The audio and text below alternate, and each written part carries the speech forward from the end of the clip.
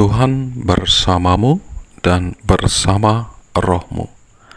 Inilah Injil Tuhan kita Yesus Kristus menurut Markus. Dimuliakanlah Tuhan.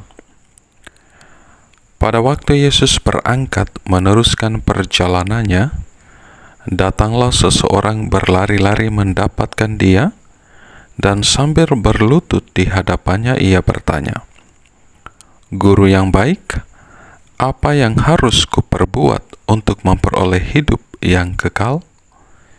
Jawab Yesus, "Mengapa kau katakan aku baik? Tak seorang pun yang baik selain Allah saja.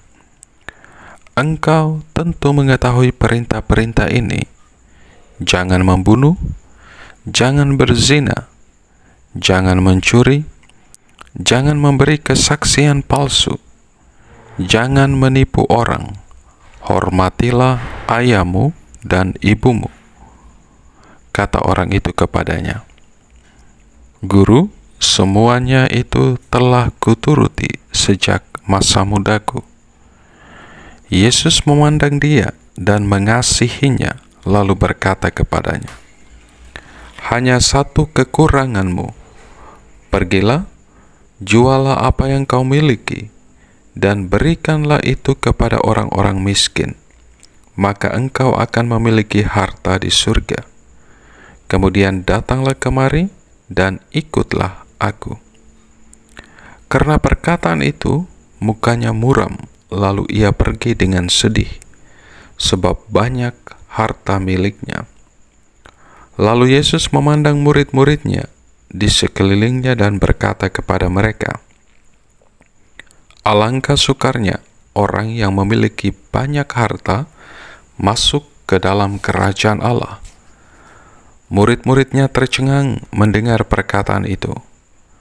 Namun Yesus berkata lagi, "Anak-anakku, alangkah sukarnya masuk ke dalam kerajaan Allah. Lebih mudah seekor unta melewati lubang jarum daripada seorang kaya masuk ke dalam kerajaan Allah." Mereka makin tercengang dan berkata seorang kepada yang lain, "Jadi, siapakah yang dapat diselamatkan?" Yesus memandang mereka dan berkata, "Bagi manusia hal itu tidak mungkin, tetapi tidak demikian bagi Allah. Sebab segala sesuatu mungkin bagi Allah." Berkatalah Petrus kepada Yesus, "Kami telah meninggalkan segala sesuatu dan mengikuti Engkau."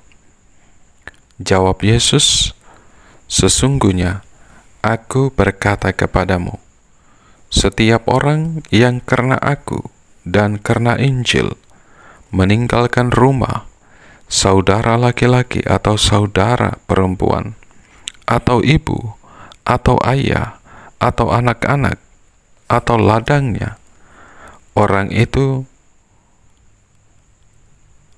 pada zaman itu juga akan menerima 100 kali lipat rumah, saudara laki-laki, saudara perempuan, ibu, anak, dan ladang, sekalipun disertai berbagai penganiayaan. Dan pada zaman yang akan datang, ia akan menerima hidup yang kekal." Demikianlah Injil Tuhan. Terpujilah Kristus. Saudara, saudari, ibu bapa, adik-adikku yang terkasih dalam Kristus, hari ini bersama gereja kita memasuki Minggu Biasa yang ke-28. Dan pada hari Minggu ini kita mendengarkan kisah Injil tentang seorang pemuda kaya yang datang kepada Yesus dan bertanya kepadanya apa yang harus ia lakukan untuk memperoleh hidup yang kekal. Yesus lalu menjawab bahwa ia harus mematuhi segala perintah-perintah Allah. Pemuda itu dengan bangga menyatakan bahwa ia telah melaksanakan semua perintah Allah sejak masa mudanya. Namun ketika Yesus memintanya untuk menjual semua miliknya, memberikan hasilnya kepada orang miskin, dan mengikutinya, pemuda itu pergi dengan sedih karena banyak hartanya. Saudara-saudariku yang terkasih dalam Kristus, kisah pemuda yang kaya merupakan gambaran perjuangan spiritual yang sering kita alami dalam hidup ini. Meskipun kita ingin mengikuti Yesus dan ingin memperoleh hidup yang kekal, tetapi tidak bisa dipungkiri bahwa kita sering kali terjebak dalam godaan materi dan keinginan duniawi yang dapat menghalangi kita untuk mengikuti Tuhan dan mengutamakan kehendak-Nya.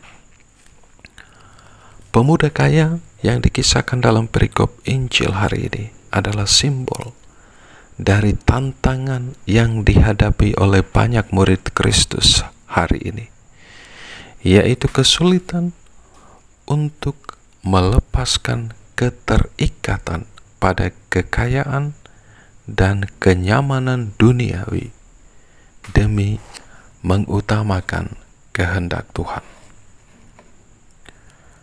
Saudara-saudari, ibu bapa, adik-adik yang terkasih dalam Kristus, mengutamakan Tuhan berarti kita harus siap, berani menempatkan Tuhan di atas segala-galanya dalam hidup kita, termasuk di atas harta, ambisi pribadi, dan kenyamanan duniawi.